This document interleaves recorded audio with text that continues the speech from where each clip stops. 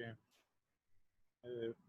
ये lecture number 16 का second part है जो कि हमारा इलेक्ट्रिक मशीन का लेक्चर नंबर 7 होगा। ओके, ये मैं रिकॉर्ड करने लगा हूँ और ये मैं एक दफ़ा बता देता हूँ कि पहले 4 पेजेस जो हैं लेक्चर नंबर 16 के, ये लेक्चर नंबर 6 में हो गए थे। तो लेक्चर नंबर 7 जो है ये पेज नंबर 5 से स्टार्ट होगा, पेज नंबर 5 से। ठीक है, तो एक दफ़ा मैं इसका ओवरव्यू दे देता हूँ कि पेज नंबर 5 से इस लेक्चर में हम क्या क्या करेंगे। Study state synchronous motor operation, torque speed characteristics हैं मोटर की, और उसका ग्राफ है, इक्वेशन है, नीचे इक्वेशन है, कुछ थ्योरी है, और उसके बाद आगे effect of load changes on synchronous motor है। लोड चेंज करने से सिंक्रोनस मोटर पे क्या असर पड़ता है, ये फेजर डायग्राम से और थ्योरेटिकल एक्सप्लेनेशन है। उसके बाद एग्जांपल्स ये 5.1 है। ठीक है, ये सिंक्रोनस मोटर की एक एग्जांपल है जो कि हम करेंगे। इसके 3 पार्ट हैं, ABC। तो ये 2 पेजेस पे सॉल्व की हुई है, अगले पेज पे यहाँ पे ख़त्म हो रही है। ठीक है, तो वापस पेज नंबर 5 पे अगर हम आ जाएं तो ये है जी page number 5, steady state synchronous motor operation. The behaviour of synchronous motor under varying load conditions will be discussed.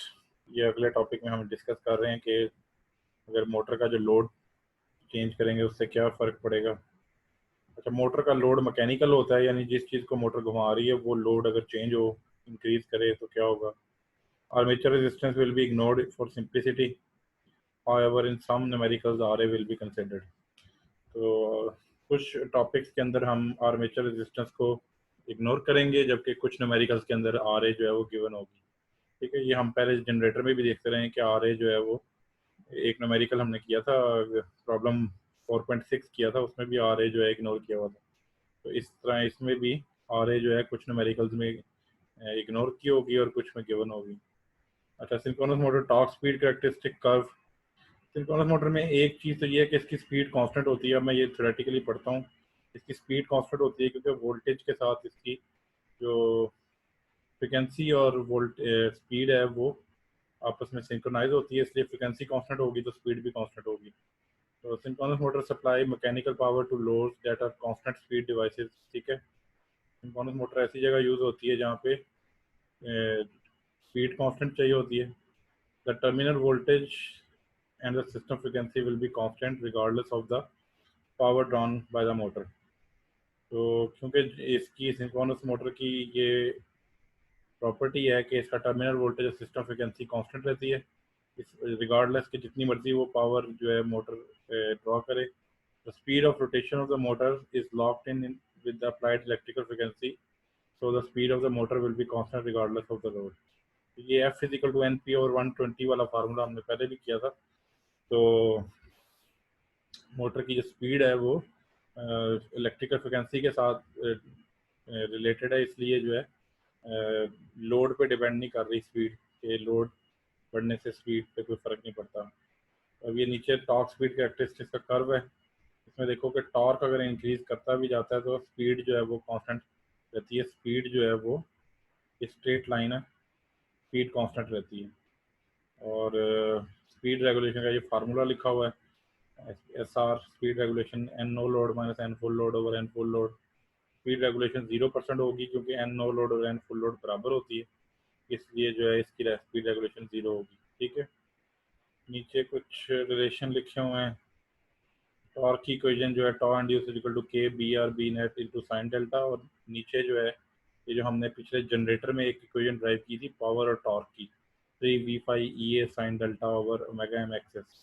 Synchronous motor के अंदर भी वही टॉर्क की इक्वेशन अप्लाई करेगी जो जनरेटर के अंदर होगी। ठीक है, अच्छा, अब नीचे उसमें लिखा हुआ है द मैक्सिमम और pull out torque occurs when delta is equal to 90 degree. तो ये वाली जो इक्वेशन है इसमें साइन 90 के ऊपर ये इक्वेशन मैक्सिमम होगी, साइन 90 के ऊपर जो है वो मैक्सिमम टॉर्क आएगा, ये मैक्सिमम टॉर्क होगा 3V5 EA omega M access जो है जब साइन 91 हो जाएगा। तो ये मैक्सिमम और पुल आउट टॉर्क जो है साइन 90 पे अकर करता है, डेल्टा इज इक्वल टू 90 पे, जबकि एक्चुअली नॉर्मली जो है वो जो टॉर्क है वो मैक्सिमम टॉर्क से 1/3 होता है। इसका मतलब है कि नॉर्मली डेल्टा की वैल्यू 90 नहीं होती, वो मैक्सिमम टॉर्क का 1/3 होता है। When the torque on the shaft of synchronous motor exceeds the pull-out torque, the rotor can no longer remain locked to the stator and the net magnetic field. अच्छा, अगर इससे भी बढ़ जाए टॉर्क पुल आउट से, यानी delta is equal to 90 से भी बढ़ जाए, तो उस वक्त क्या होता है कि जो स्टेटर है, जो रोटर है, वो लॉक नहीं रह सकता और उससे लैग बिहाइंड करता है और उसे स्लिप्स कहते हैं, और उससे जो है ना मोटर वाइब्रेट करना शुरू हो जाती है। The loss of synchronization after the pull out torque is exceeded is called slipping poles. तो स्लिपिंग पोल्स कहते हैं, और उस वक्त जो है मैक्सिमम टॉर्क जो है, मैक्सिमम टॉर्क की ये दो वैल्यूज लिखी हुई हैं साइन 90 के ऊपर। Torque maximum 3v5 EA over omega M XS, ठीक है। ये इसी में 90 करके, इसी इक्वेशन के अंदर 90 करके तो मैक्सिमम टॉर्क की दो वैल्यूज लिखी हुई हैं, ठीक है। अच्छा, अब अगले पेज पे हम जा रहे हैं।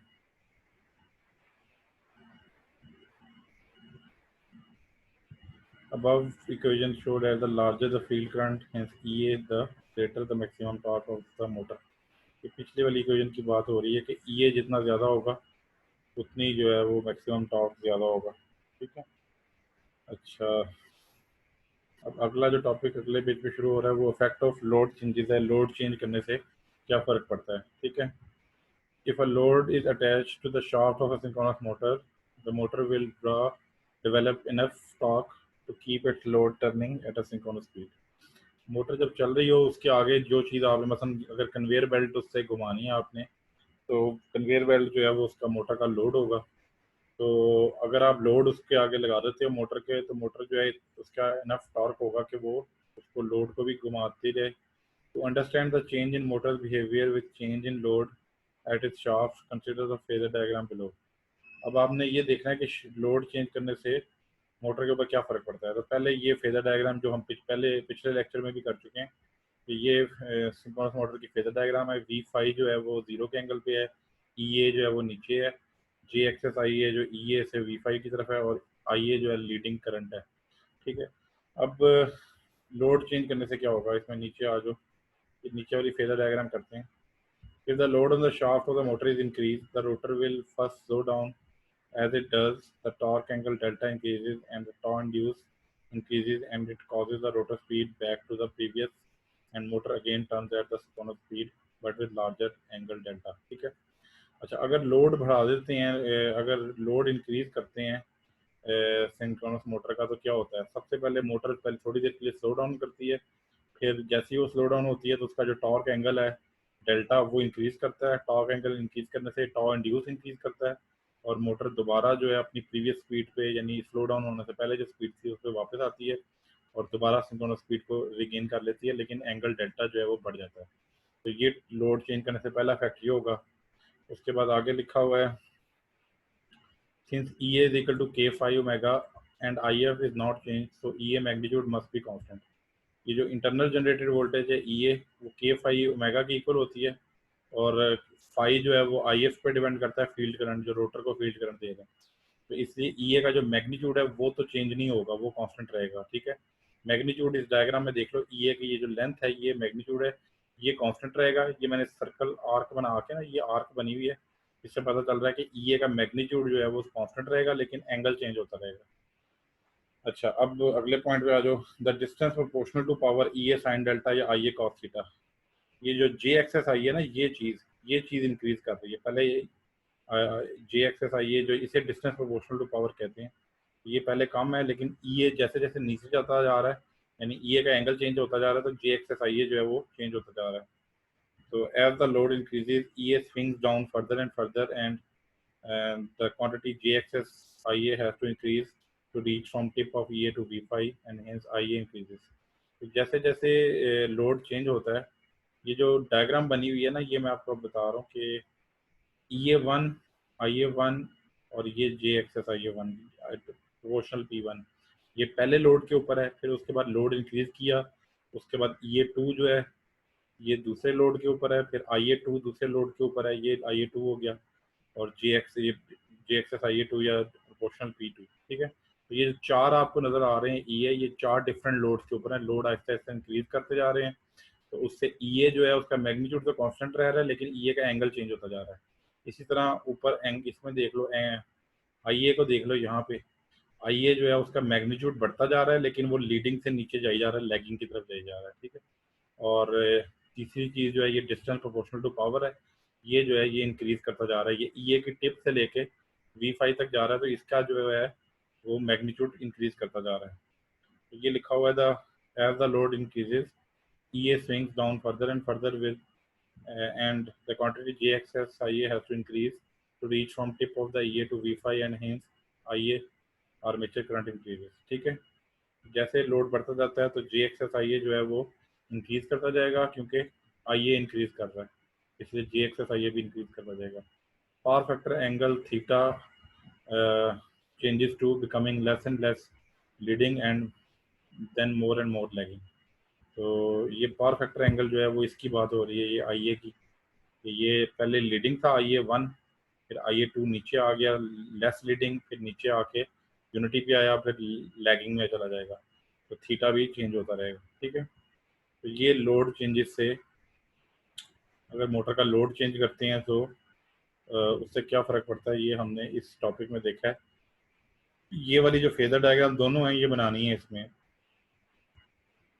अगर ये वर्टिकल आएगा तो ये वाली जो फेजर डायग्राम है, ये वाली फेजर डायग्राम ये शो कर रही है कि कैसे करना है। नीचे जो थ्योरेटिकल एक्सप्लेनेशन है उसमें बताया कि लोड चेंज होने से क्या होता है।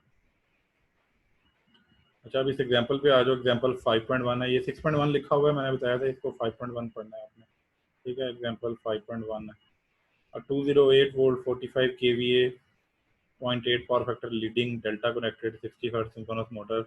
The machine has XS synchronous reactance जो है उसकी 2.5 ओम है और RA जो है वो 0 है। So its friction and windage losses are 1.5 kilowatt and core losses are 1 kilowatt. Initially, the shaft is supplying 15 horsepower load. The motor's power factor is 0.8 leading, ये ऊपर भी लिखा हुआ 0.8 पावर फैक्टर लीडिंग, ये दोबारा मैंने लिख दिया था 0.8 पावर फैक्टर लीडिंग जो है ये ऊपर भी ये यहाँ पे भी लिखा हुआ, ठीक है। Sketch the phasor diagram of this motor and find IL, IA and EA। तो फेजर डायग्राम बनानी है और IL, IA और EA फाइंड करना है। बेसिकली पहले आप IL, IA और EA फाइंड करोगे, फिर फेजर डायग्राम बनाओगे। अच्छा, फिर assume that the shaft load is now increase to 30 horse power, पहले 15 हॉर्स पावर था, अब पार्ट बी में कह रहा है कि अगर 30 हॉर्स पावर लोड हो जाए तो अब इसका बिहेवियर शो करो उसके फेजर डायग्राम से। एंड फाइंड पार्ट सी है, find IA, IL and EA after the load change and what is the new motor power factor. तो इसमें भी एक चीज़ देख लें कि पहले पार्ट सी हम सॉल्व करके नया लोड चेंज से नया IA, नया IL और नया EA फाइंड करेंगे, उसके बाद पार्ट बी में नई फेजर डायग्राम बनाएंगे लोड चेंज के लिहाज से, ठीक है। तो ये नीचे अगर हम देख लें कि ये पार्ट ए सॉल्व किया हुआ है। Initially the motor's output power is 15 horse power, तो this corresponds to output of, पहले जो हॉर्स पावर से जो है किलोवाट में निकाल लेनी है power. 15 horse power is equal to 0.746 kilowatt per horse power. एक हॉर्स पावर में 746 वाट होते हैं या 0.746 किलोवाट होते हैं, तो हम इसे किलोवाट में कन्वर्ट कर लेते हैं। 15 horse power into 0.746 kilowatt per horse power 11.19 kilowatt आ गया, ठीक है। उसके बाद इनपुट पावर निकाल लेते हैं। पी इन जो होती है वो पी आउट प्लस लॉसेज होती है, तो ये आउटपुट पावर जो आई है इसके अंदर लॉसेज ऐड कर लो। लॉसेज ये गिवन है, दो लॉसेज गिवन है, पी मैकेनिकल और कोर लॉसेज। इलेक्ट्रिकल लॉसेज 0 है क्योंकि RA 0 है, तो ये दो लॉसेज ऐड करेंगे इसके अंदर, तो पी इन जो है वो 13.69 किलोवाट आ जाएगी, ठीक है।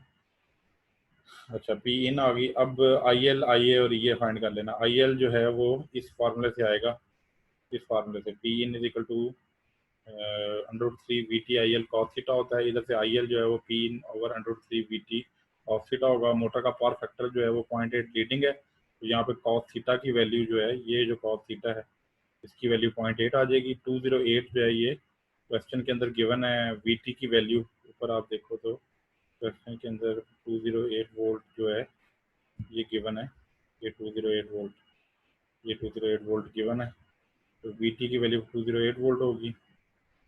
तो जो है इधर से पी इन ऊपर हमने निकाला है, तो IL की वैल्यू आ जाएगी तो 47.5 एम्पेयर, ठीक है। और आर्मेचर करंट आई ए जो है डेल्टा कनेक्टेड के लिए वो आई ए जो है वो आई एल ओवर √3 होता है। तो यहाँ से इसको √3 से डिवाइड करेंगे तो आई ए आ जाएगा।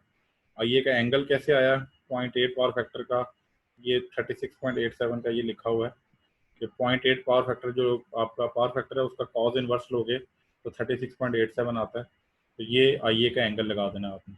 यहाँ से सिर्फ आई ए का मैग्नीट्यूड आएगा, तो एंगल के लिए जो है वो जो 0.8 पावर फैक्टर है उसका कॉज इनवर्स लेके आई ए आ जाएगा। तो आई एल और आई ए आ गया। उसके बाद ई ए फाइंड करना है। ई ए जो है ये हमने इक्वेशन लास्ट लेक्चर में की थी कि सिंक्रोनस मोटर की जो इक्वेशन है वो ये होती है, ठीक है। इसमें आर ए नहीं है क्योंकि आर ए को इग्नोर किया हुआ है, इसलिए E A equal to V five minus J X S I A जो है यहाँ इतनी इक्वेशन है, ठीक है। तो वी फाइव जो है वो 208 वोल्ट एंगल 0 है, जे एक्सेस की वैल्यू 2.5 ओहम गिवन है, और आई ए जो है ये ऊपर हमने निकाला है 27.4 एंगल 36.87 डिग्री, ठीक है।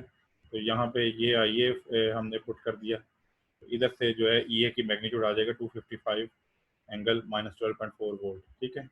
अब अगले पेज के ऊपर इसकी फेजर डायग्राम बना ली। ये फेजर डायग्राम है पार्ट ए के लिए। 0 डिग्री एंगल पे हमने वी फाइव ड्रॉ किया, 208 वोल्ट गिवन है और एंगल 0। नीचे ई ए का जो मैग्नीट्यूड आया है, ई ए का मैग्नीट्यूड 255 ओहम और एंगल -12.4 आया है। ये ई ए का नीचे इस तरह ई ए ड्रॉ करके उसका मैग्नीट्यूड और एंगल लिख देना है, और आई ए का जो 27.4 और 36.87 एंगल आया वो यहाँ लिख देना है, और जे एक्सेस आई ए को कैलकुलेट कर लेना आपने। जे एक्सेस आई ए जो है वो 68.5 यानी एक्सेस जो है वो 2.5 है। आई ए की वैल्यू पुट करोगे, आई ए जो निकाला है 27.4 एंगल 36, उसको एक्सेस से मल्टीप्लाई करके ये जे एक्सेस आई ए जो है 68.5 एंगल 126.87 आ जाएगा, ठीक है। तो जो है ये फेजर डायग्राम है पार्ट ए की। अच्छा, अब पार्ट बी में लोड चेंज होके 30 हॉर्स पावर हो जाता है, तो पहले हम पार्ट सी करेंगे फिर हम पार्ट बी करेंगे, क्योंकि लोड चेंज होके जो फेजर डायग्राम बनेगी वो बाद में बनेगी। पहले हम आई ए, आई एल और आई ए जो है ई ए जो है ये कैलकुलेट करेंगे। पार्ट सी पहले कर लेते हैं। पार्ट सी में दोबारा उसने पी इन कैलकुलेट की हुई है, यानी पहले पी आउट कैलकुलेट करो बिल्कुल पार्ट ए की तरह कि अब 30 हॉर्स पावर लोड हो गया है, उसके अंदर ही उसने कर लिया पी इन के अंदर ही। पहले हम पी आउट कैलकुलेट करते थे उसके बाद पी इन करते थे, यहाँ उसने पी इन के अंदर ही पी आउट को कैलकुलेट कर लिया। 30 horse power into 0.746 kilowatt per horse power, उसके अंदर लोड ऐड कर दो, ये पी इन आ जाएगी 24.88 किलो वाट, ठीक है। अब ई ए का मैग्नीट्यूड तो कांस्टेंट रहेगा, ई ए का एंगल चेंज होगा, तो ये इक्वेशन है P is equal to 3v5 E A sine delta और एक्सेस। इधर से जो है इसे क्रॉस मल्टीप्लाई करके साइन डेल्टा को एक तरफ रख के और डेल्टा का साइन इनवर्स करके, तो P access over 3v5 E ए, इधर से नया डेल्टा आ जाएगा जो कि 23 जो है डिग्री होगा। और पी की पावर जो है वो ये लेनी है, पावर की वैल्यू जो है तो जो अब कैलकुलेट की है पी इन की पावर वो 24.88 लेना है, यहाँ पे ये कैलकुलेट किया हुआ है, तो ये कैलकुलेट किया हुआ है, ठीक है। तो ये नया एंगल जो है 23 आ जाएगा। तो ई ए का मैग्नीट्यूड सेम रहेगा, ये देख लो ई ए का मैग्नीट्यूड जो है वो सेम रहेगा, लेकिन एंगल जो है वो नया एंगल जो है वो 23 डिग्री हो जाएगा, ठीक है। ये लिखा हुआ है नीचे है ई ए जो है, एक मिनट, ये लिखा हुआ है ई ए का जो है वो मैग्नीट्यूड सेम रहेगा और एंगल जो है वो नया एंगल -23 होगा। तो उसके बाद आई ए फाइंड कर लेंगे। आई ए जो है वो आई ए जो है v5 माइनस ई ए ओवर जी एक्सेस होगा। तो इधर से v5 की वैल्यू 208 वोल्ट है और ई ए की नई वैल्यू ओवर जे एक्सेस, ठीक है। तो आई ए की वैल्यू जो है वो आ जाएगी 41.2 एंगल 15 डिग्री। ये आई ए की नई वैल्यू आ गई पार्ट सी में लोड चेंज करने के बाद, ठीक है। और उसके बाद आई एल जो है वो √3 आई ए होता है। आई एल जो है 1.3 आई ए होता है, तो आई एल की वैल्यू 71.4 आ गई। मोटर का न्यू पावर फैक्टर पूछा हुआ है, तो नया पावर फैक्टर जो है आई ए का जो एंगल है 15 डिग्री, ये 15 डिग्री एंगल गिवन है यहाँ पे। ये 15 डिग्री जो एंगल है इसका कॉस ले लेंगे तो नया पावर फैक्टर आ जाएगा 0.966 लीडिंग, ठीक है। तो ये आज का ये वाला लेक्चर था और यहाँ तक कंप्लीट हो रहा है। तो इसमें हमने लोड चेंजेस का फैक्ट चेक किया है सिंक्रोनस मोटर पे, और एग्जांपल जो थी वो भी उसी टॉपिक के ऊपर थी।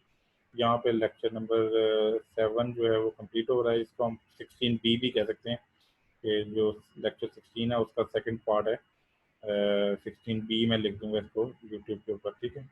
यहाँ पे लेक्चर नंबर 7 कंप्लीट कर रहे हैं। Thank you.